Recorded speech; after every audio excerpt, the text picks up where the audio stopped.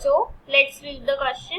The question says, mountain climbers often spend weeks adjusting to the lower partial pressure of oxygen at high altitudes before and during their ascent of high peaks. During that time, their bodies begin to produce more red blood cells. Some runners and cyclists prepare for competition by training at high altitudes or by sleeping in a tent in which partial pressure of oxygen is kept artificially low. Explain why this training strategy may improve an athlete's performance. तो इस question के अंदर हमें कहा है कि जो mountain climbers होते हैं ये हफ्ते बिता देते हैं अपने लो पार्शियल प्रेशर ऑक्सीजन के एनवायरनमेंट के अंदर, क्योंकि हाई एल्टीट्यूड पे लो पार्शियल प्रेशर होता है ऑक्सीजन का। तो जब इनका जो भी कंपटीशन होता है उस टाइम पे ये अपने आप को लो पार्शियल प्रेशर ऑक्सीजन वाली प्लेसेस पे रखते हैं। तो इस टाइम के अंदर इनकी जो बॉडीज है ये ज्यादा रेड ब्लड सेल्स मतलब ज्यादा आरबीसी प्रोड्यूस करना स्टार्ट कर देती हैं। तो कुछ जो रनर्स एंड साइक्लिस्ट होते हैं ये इस मतलब टेक्नोलॉजी को यूज करते हैं, स्ट्रैटेजी को यूज करते हैं कंपटीशन की प्रैक्टिस के लिए। सो ये क्या करते हैं, हाई एल्टीट्यूड पे जाते हैं या फिर ऐसे टेंट के अंदर सोते हैं जहाँ पे पार्शियल प्रेशर ऑक्सीजन का खुद से ही कम किया जाए। सो हमें बताना है कि क्यों ऐसी जो ये वाली ट्रेनिंग स्ट्रैटेजी है ये एक एथलीट की परफॉर्मेंस को कैसे इंप्रूव कर सकती है। सो सबसे पहले इस क्वेश्चन का हम की कॉन्सेप्ट लिखेंगे। सो हमारा इस क्वेश्चन का की कॉन्सेप्ट होगा low partial pressure of oxygen and athletes performance. So हम देखेंगे कि एथलीट की परफॉर्मेंस का लो पार्शियल प्रेशर ऑक्सीजन से क्या रिलेशन है, क्या इनके बीच का हमने बताना है। सबसे पहले जो हाई एल्टीट्यूड है, हाई एल्टीट्यूड मतलब जैसे जो माउंटेन वाले एरियाज होते हैं हाई एल्टीट्यूड, अब वहां पे जब कोई नॉर्मल पर्सन जाता है तो उसे ब्रीथलेसनेस फील होती है, ब्रीथलेसनेस फील होती है वहां पे।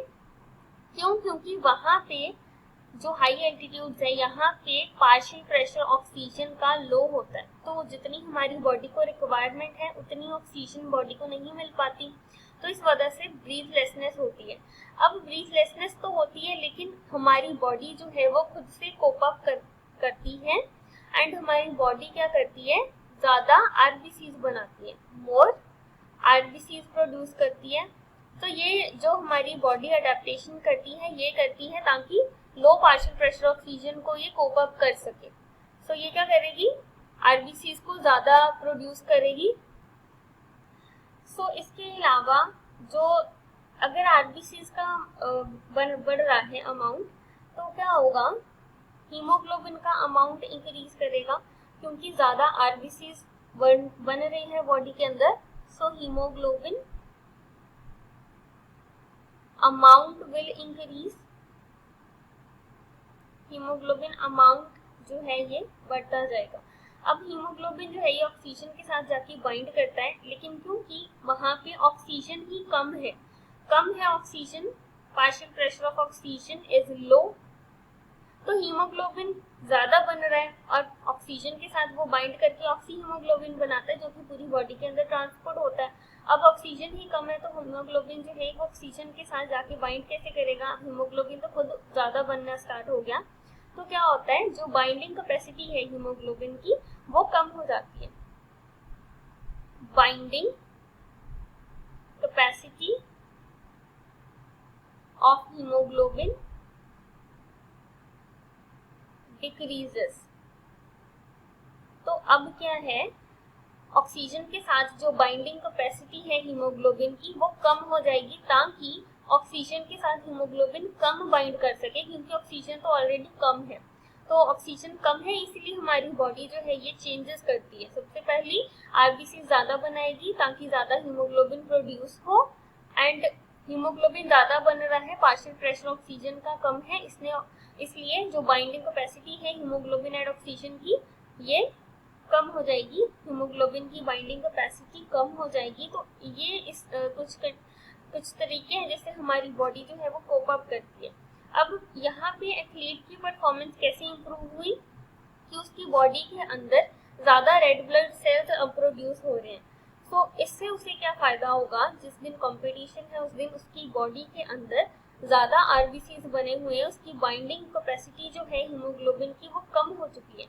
जब कोई एथलीट जैसे कोई रनिंग करता है उस टाइम पे हमारी बॉडी के अंदर जो ऑक्सीजन का पार्शियल प्रेशर है वो कम होने लगता है। क्यों?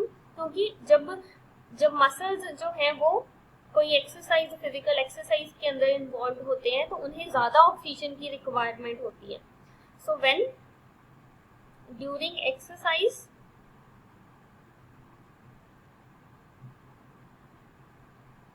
more need of oxygen, muscles को ज़्यादा नीड है ऑक्सीजन की, लेकिन उतनी ऑक्सीजन मसल्स को नहीं मिल पाती, जिसकी वजह से लैक्टिक एसिड जो है वो इकट्ठा होना शुरू हो जाता है। लैक्टिक एसिड मसल्स के अंदर इकट्ठा होना शुरू हो जाता है। सो इससे क्या होता है, परफॉर्मेंस कम हो जाती है। बट अगर ये जो तरीका है, ये जो स्ट्रैटेजी है कि हाई एल्टीट्यूड पे चले जाओ या फिर लो पार्शियल प्रेशर ऑक्सीजन वाले एरिया के अंदर चले जाओ, तो वहां पे जाके क्या होगा, हमारी बॉडी जो है वो पहले ही कोप अप करना स्टार्ट कर देगी। लो पार्शियल प्रेशर ऑफ ऑक्सीजन की कंडीशन के अंदर वो अपने आप को अडेप्ट कर लेगी। तो उससे क्या होगा, एथलीट को ये फायदा होगा कि जिस दिन कंपटीशन है उस दिन उसकी बॉडी के अंदर जो पार्शियल प्रेशर लो होगा ऑक्सीजन का, तो वो पहले से ही उस कंडीशन को अडेप्ट कर चुकी होगी, तो इसलिए उसकी परफॉर्मेंस को वो इम्पैक्ट नहीं डालेगी। सो इसलिए एथलीट्स जो है इस स्ट्रैटेजी को यूज करते हैं अपनी परफॉर्मेंस को इम्प्रूव करने के लिए। So body adapt